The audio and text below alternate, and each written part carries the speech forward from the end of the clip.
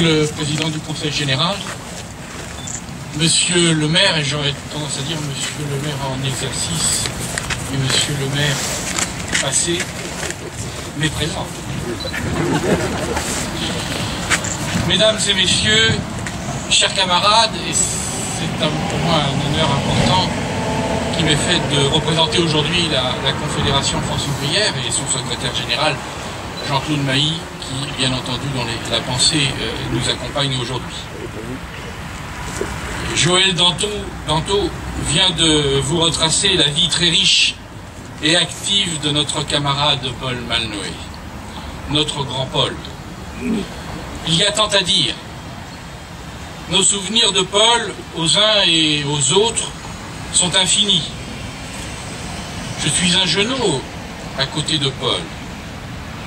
Mais j'ai eu l'honneur, à de multiples reprises, de pouvoir échanger avec lui et surtout écouter les conseils qu'il donnait avec chaleur et fraternité au jeune secrétaire fédéral de la Fédération des métaux que j'étais. J'ai réfléchi à un bon moment. Comment aujourd'hui évoquer Paul ?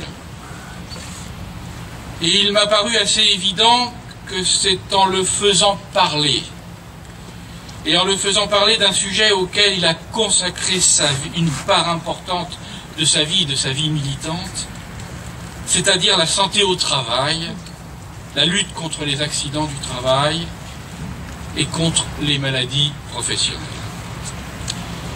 Je vais vous lire un large extrait d'un courrier rédigé par Paul et adressé au président de l'INRS le 23 avril 1991. L'INRS, c'est l'Institut national de recherche et de sécurité sociale, qui est un institut de la sécurité sociale.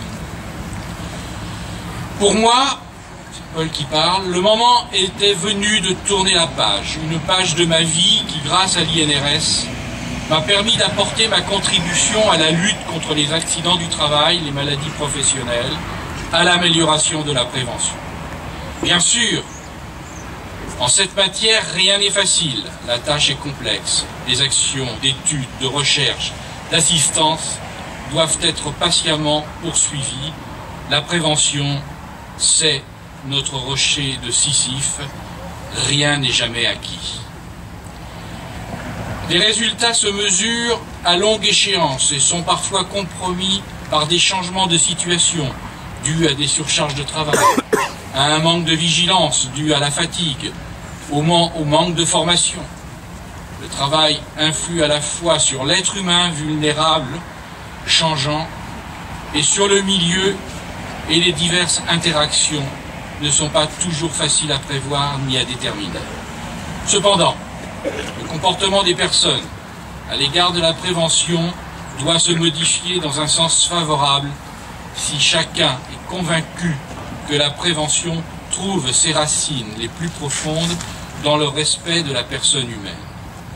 Dans le sombre tableau que constituent souvent les accidents du travail, les maladies professionnelles, il y a de la place pour de nombreuses avancées grâce au travail réalisé par les chercheurs, les ingénieurs et contrôleurs des services de prévention, les préventeurs en général, tous ceux qui se sont fixés pour but d'améliorer la prévention, de réduire le nombre des victimes du travail.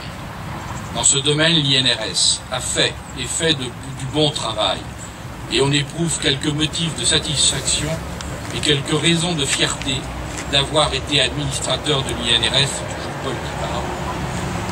Ce que je souhaite, c'est que l'Institut continue sur sa lancée, et pour cela qu'on lui donne les moyens financiers qui lui permettront d'intervenir dans de meilleures conditions en améliorant sa fonction d'écoute, de conseil, d'assistance, conditions indispensables pour l'efficacité de l'action de prévention. En effet, sauvegarder l'homme dans sa dignité, dans sa vie, et pour cela tout mettre en œuvre pour prévenir les agressions dont il est menacé au cours de son travail, demeure plus que jamais la tâche fondamentale de l'Institut.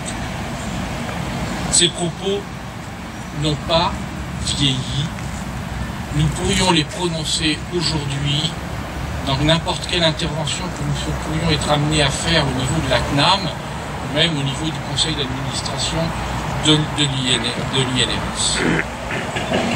Paul nous montrait le chemin, il continue aujourd'hui.